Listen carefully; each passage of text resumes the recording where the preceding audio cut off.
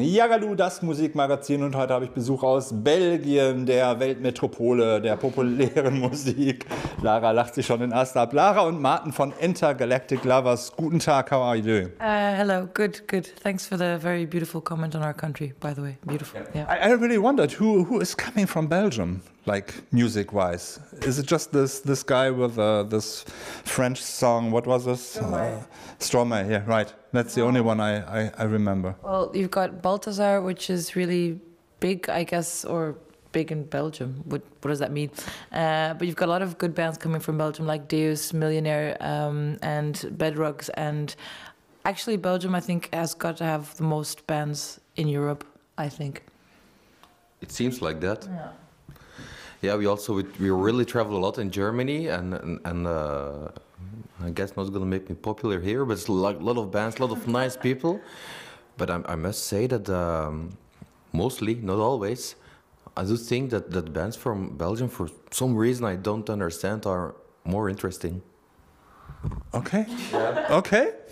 I take it. So, and you're just coming in from Hamburg? Did you play there last night? We played Yes, we played a show and then we played in Hamburg, and that's why we were late today. And I'm sorry. I'm really, really sorry. But no problem. But Hamburg was fine? It was really fine. Yeah, the show was packed. I think there were lots of people. Mm-hmm. The crowd was super enthusiastic. So it's always good to...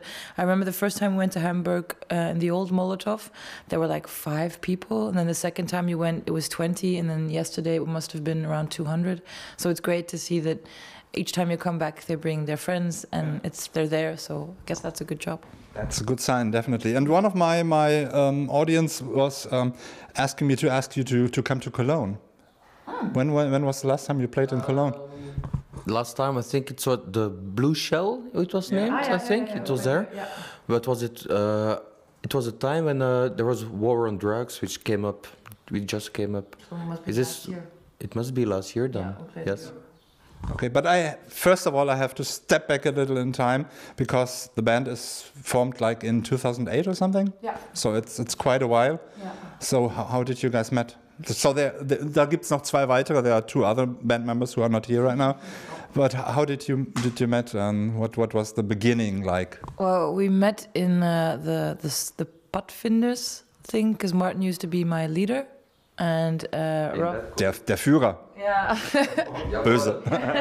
And then our bass player, actually all 4 of us were all in the Scouts group, and Maarten and Ruff, our bass player, played guitar, and then our drummer played drum, and then they asked me to join their band because they heard me singing around the fire. So they said, "Hey, join us, let's start a band." And then we did it. This is really not a fairy tale? No. That's true? Yeah. Really? It's very true. Also, this scout group, it was quite amazing. Like, everybody played guitar. It was like each night, whole night long, with 5, 6, 7 guitars and a lot of fun and singing, and everybody played in bands. So it just seemed like very normal. For us, it was totally normal. Everybody had to play in a band. And what were the first songs like? Or did you cover songs at the beginning? It was covers by songs from? Like, I think Neil Young and, well, my part anyway. At the fire, but not in the band, huh? No, but I did songs of your guys, and when I started, because I'd never sung in a band before, and I think it was after a couple of months that they were like, "Hey, now you can do your own stuff," you know, and it freaked me out because I was used to mimicking what was there, and then so it was weird. So, and what were the first years like? Did you struggle a lot, or did you have play at some newcomer contests in Belgium? Or well, the great thing, we played a lot by entering lots of competitions and stuff, so we had more stages to get better, I guess, because I think in the beginning I used to, I just would pinch myself the whole time and like not look at the audience because I was really afraid that I was gonna screw it up or something. And then we realized we needed a good demo to get more shows, and then we went to Bissingen. Yeah. Was it Bissingen? And we worked with this great producer called Thomas Harsam, and he produced the record with a friend producer of his, Bernard Hahn, and we had a great demo, and with that demo we had a lot of gigs. Then we went back to this Bietigheim place, made a great record, and it worked. So are you talking now about Greetings and Salutations? Yeah. That was the first album, right? Like 4 years ago. yeah, cool. What was the connection to Bietigheim, which is in Germany, Yeah, well, close to Stuttgart? Yeah. I lived in Antwerp at the time, and there was a girl studying in Antwerp from Stuttgart, and we became friends. And she said, "Hey, I have this friend in Germany who's a producer," and because she knew I was in a band, so I got up on my courage and went to the guys like, "Hey, I found us a guy in Germany, and he's really cool. I think because his studio looks like it's legit and it's real."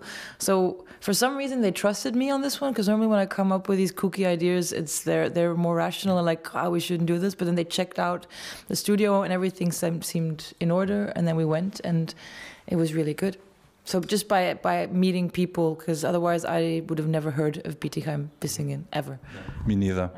So, but what was the first production? Was it quite easy going, or were you struggling a little bit about financing the stuff, or did somebody help you beside what was his name, the producers? Thomas, yeah. It was quite magical in the beginning. So being in the studio for the first time, this was totally new for all of us. So also in our minds, a producer, there was, "Hey, play records." That was kind of it, what we thought of a producer. And he really did a good job. And for us, when we heard what we recorded, it was, "Whoa, hey, that's us. We can do something with it. We can really do more gigs, and we can maybe think of a record." And like financial, in the beginning, we paid everything ourselves. We divided the money. The costs between us, and then there came a bit more gigs because of this first demo. Then a bit of money came in, and we could use this money for studio time. So as I'm working with a pretty lot of newcomers here in Berlin, what is your recommendation for them? So if you are young in a band, I think just stay with your vision and your dream and put all the money in, or find somebody to help you? I think most definitely you have to play a lot and not make music to make it sell, because it's gonna end up really, really wrong. If you start making records because you think you're gonna get more money out of it, and in the long run you're not going to be able to play the songs you make. So I would just advise all beginning young groups to just play and become a band, because lots of bands have leaders or whatever, and I think maybe it's just our crazy band, but there's everything we do it with 4 of us. Songs are written together, everything we earn is divided by 4, so there's no I get this share or this share. It's just, it's a family, and I think if you want a really good band, then you have to have a kind of family feeling when you're in the band. That's my advice. Do you have a different advice? No, it's quite that. I think also you have to keep your the right things in your mind, that you do it for your love for the music and because it feels good. When you try too hard to get some achievements, and I think it goes wrong. I think when you're really that good, then it will happen. But you just have to keep on playing music, like Lara says, and like the fun you have in playing the music, that's the most important. And year after year after year, you were more successful in Belgium, and even I don't know, was that you who went to Canada also? Yeah, we played already? the South by Southwest Music Festival in Austin, and then the Canadian Music Week in Toronto.